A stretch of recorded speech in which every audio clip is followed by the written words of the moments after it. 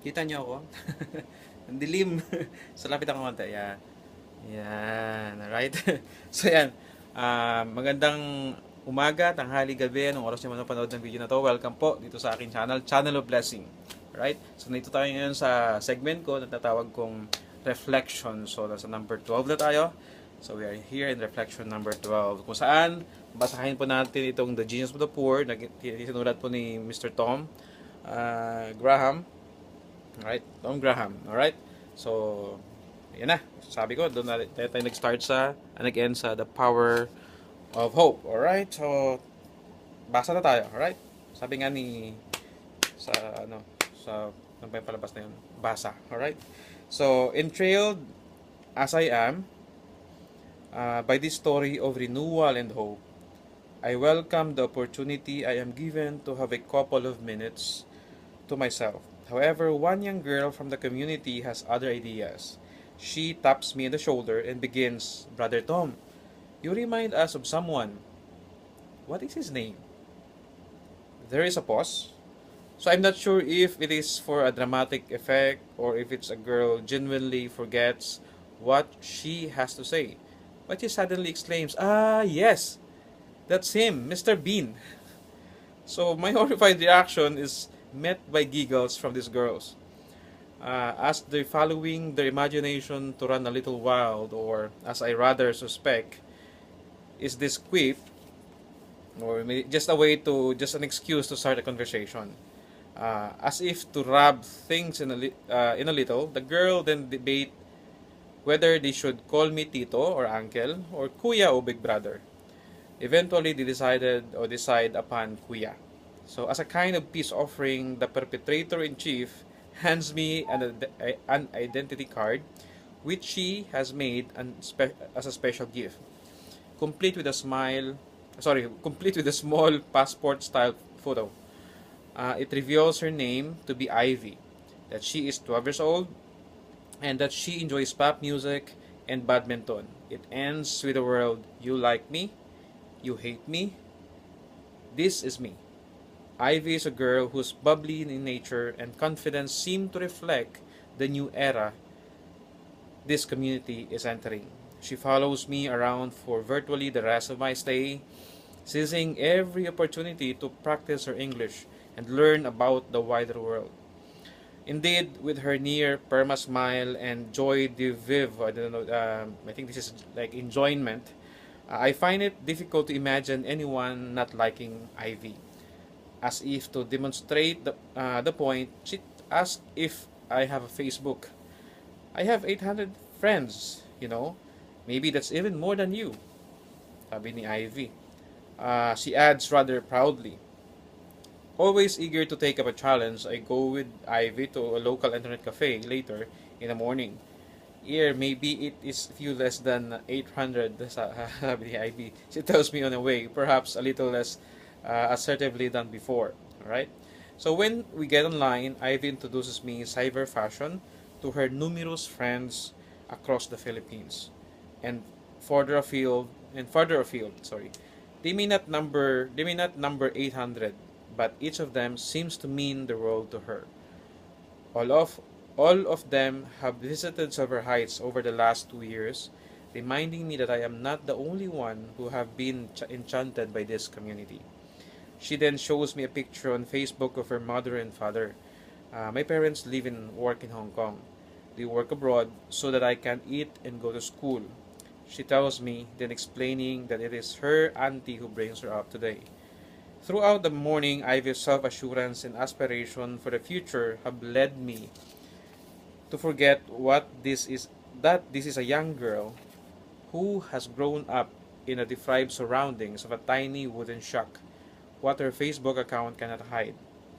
However, is something even more distressing. The consequences of poverty have robbed her of loving care and support of her parents. Kasi nga nasa Hong Kong yung pareho niyang magulang. Ivy, for one, doesn't see herself as a victim.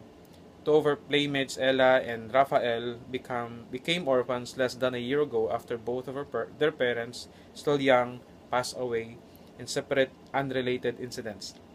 I notice how Ivy seems to keep a special eye on them. Whenever they get down or seem lonely, she suggests a game of badminton or play hide and seek in the hope it will cheer them up. So the notion of walang iwanan, it seems it is not lost even on a 12-year-old child. When we return to the village, children offer to sing me a song which they themselves have composed. So important are the words to them, they offer me to translate them in English. Alright? So, I'm going to read yung song. Nandito kasi nakasulat din yung song. Pero siyempre, kinanta nila to. Hindi ko rin alam ang kantang to. Pero ito ay English. Translated dito sa English. So, listen. Hindi ko nakakantahin ha. So, we are a simple people. We have experienced poverty and problems. Many days we were suffering. As kids, we were born in poverty, living in a nipa hut. Those old things came from the sweat of our bodies, but it is over now and we are full of blessings. Thanks to you, my friends, from the bottom of our heart. Now, let's start from the beginning. Chorus. GK Silver Heights is our new life. Now we are smiling and happy because we have our own house. We are disciplined and will show to everyone that we are loving, caring, and sharing people. We send love to our other friends who join us from Gawad Kalinga. So, yun po yung kanta, yun po yung message ng mga batang ito kay Tom. Tagalog nilang kinantayan but it was translated in English. Pero maintindihan ng mga reader. So, striking kanina. Actually, binasa ko muna to bago ko ulit siya. Binasa ko ngayon lang din. And medyo naging emotional ako dun sa first page ng song and first yung sa una. And nakaka-touch na manggaling sa mga batang ito yung kantang ito. So, okay. So, tapos na. So, these words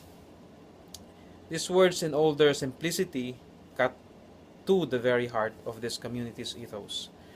The people are inspired with hope, not just to live in houses of their own, but to build their dreams. The end. Alright? So, yun. The end na. Tapos. So, ano ba yung reflection ko dito? Siguro, yun, very, very inspiring yung, the power of hope. How hope and how they've been hoping and being faithful because, nabigyan sila ng panibagong pagkakataon na magsama-sama at magkaroon uli ng dream. Kasi before, parang wala na eh. Alam mo yun, parang they just wanted to survive, pero ngayon, they have survived, tapos ito na yung panibagong set na they are dreaming naman for another yugto ng buhay nila. And yung kwento o yung experience nito with regards sa kay Ivy, she is indeed 12 years old. Ang magulang niya nasa abroad, but hindi niya tinitingnan ang sarili niya na isang biktima, but rather nandoon din siya sa nagsusupport dun sa dalawang bata na mas patindi yung nangyari na nawala ng magulang. So, plus yung song, alam mo yun, ang song is napaka-touching talaga. Napaka-sarap pakinggan na manggagaling ito sa mga itong bata na nandoon talaga yung naka-embed yung yung hope, yung pagmamahal, ang pagsasama-sama, ang spirit ng walang iwanan. So, yun lang siguro. That's the power of hope. That's the power of faith, and lahat naman tayo hoping, and dapat siyempre we do hope, we have to kailangan nating umaksyon kasi wala namang result pag walang action. So, in these girls, yung mga tao rito sa Silver Heights, so sa pamamagitan ng pagsasama-sama nila, they were able to nagkaroon sila ng mga result, at they are very hopeful sa kanilang future. At mayroon ulit silang dream na naman na baguhin pa ang future nila. Excuse me. So, yun lang po siguro. And I would appreciate you guys na mag-comment sa video na ito and share your experience with regards to power of hope. Tapos, ano pa ba? And share nyo rin itong video na to. If you think this read would be able to inspire sa isang tao na maaring nawawala ng pag-asa sa buhay or whatever, or I mean, kailangan ng inspirasyon na baka nagmula sa isang 12-year-old na babata, na babae, na though of kahit ano yung kalagayan nila sa buhay, they were positive, they were ano yun, very hopeful for their bright future. So maraming salamat guys, 10 minutes na tayo, ang bilis ng oras. Thank you very much, and please share and comment sa video na to, and I pray and that your life will be blessed, and please accept to be blessed and be a channel of blessing for those who need your blessings, kasi lahat tayo, our lives, kahit ano man ang kalagayan natin sa buhay, uh, mambuhay natin ay blessing sa ibang tao. Hindi lang material o hindi lang sa isang material na bagay. It's our way of life, and in yung experience natin.